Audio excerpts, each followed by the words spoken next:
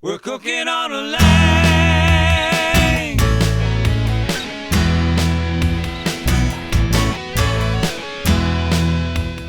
To set it up, to fire it up, first thing you do is open the door on the cooker,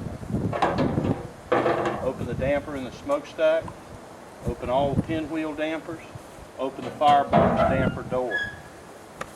When firing up your cooker, you want to use your smallest pieces of split dry wood. Make sure your wood's dry. It's not full of moisture. Put your smallest pieces of wood in your cooker. Put it in there in a manner that you TP it together. Like so.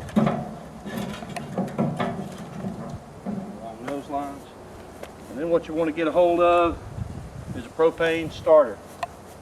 A lot of other options available, but the propane starter works real good.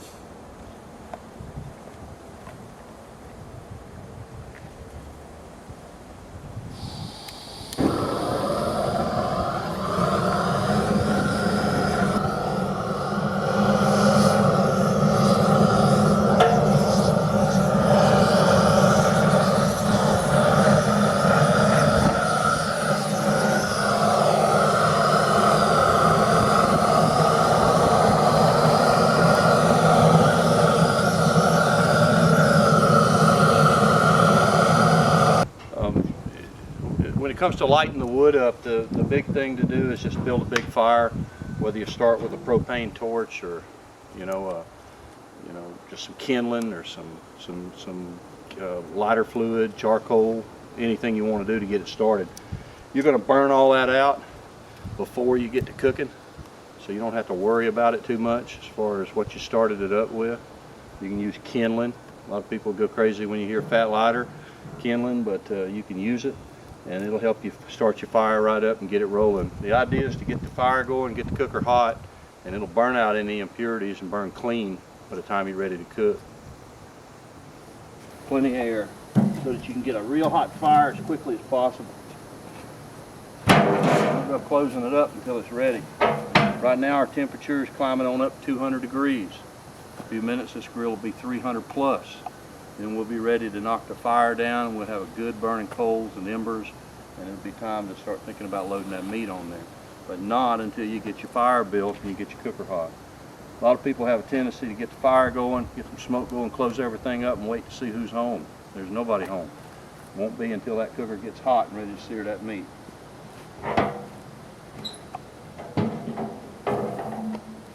You just let it draft. You can see how it's drafting there now. The way the smoke's drawing and drafting up. That fire's starting to catch up a little bit. Yep.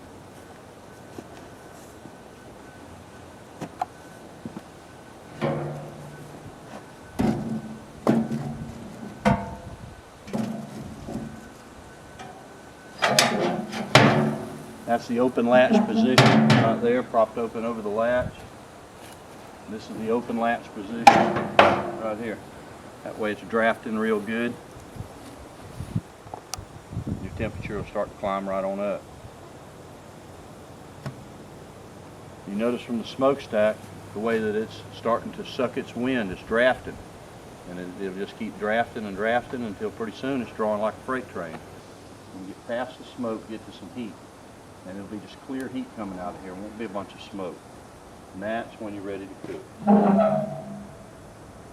All right, notice how your gauge, your temperature is starting to climb up. You're up in the red zone, 250 and up, 300 degrees. You can start to really sear some meat.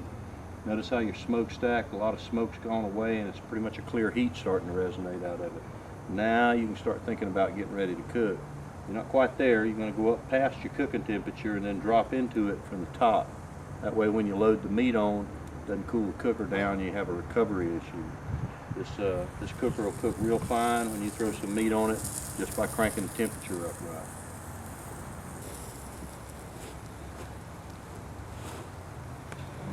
right. It all comes from letting plenty of air get to the fire to get it started. Look how clear the smokestack is. You got some heat there now. We can start thinking about cooking. You're at 300 degrees, pure heat jumping out of that smokestack. Now you got something to work with. As they say, there's somebody home now. Now this temperature is going to run on up. It's going to go way on past here. In a few minutes we'll knock all that fire down in that box and we'll have a real good bed of coals and embers, and it'll be time to put the meat on and get to cook. Start to finish here, we hadn't even been messing around with it 20 minutes and our temperature is already up over 300. You can run your palms over the racks and you can recognize that radiant heat just as if the coals were right there. Matter of fact, you can't stay there very long. It's browning in there. And this is the new 36-inch black stainless steel patio models.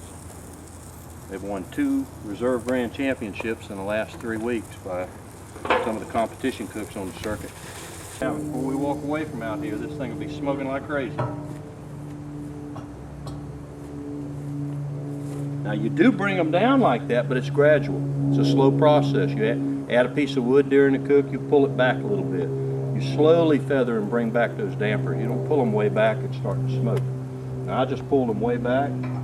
I'll turn this damper right here. Watch here, the temperature will start to hold, but it'll get real smoky. See the smoke starting to come back into it now? What you want is like this. Clear heat running out of that thing, just like that.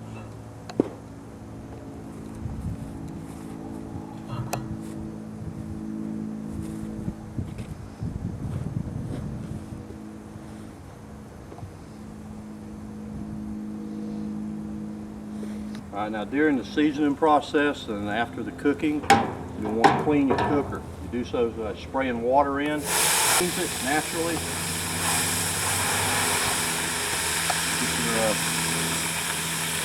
your long handle wire brush and clean any areas you cook, brush them down, spray them off like that. Now watch that steam, it'll get you.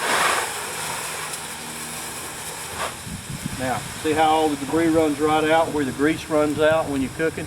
You put your catch under there. Out here in the country, we don't have to worry about it.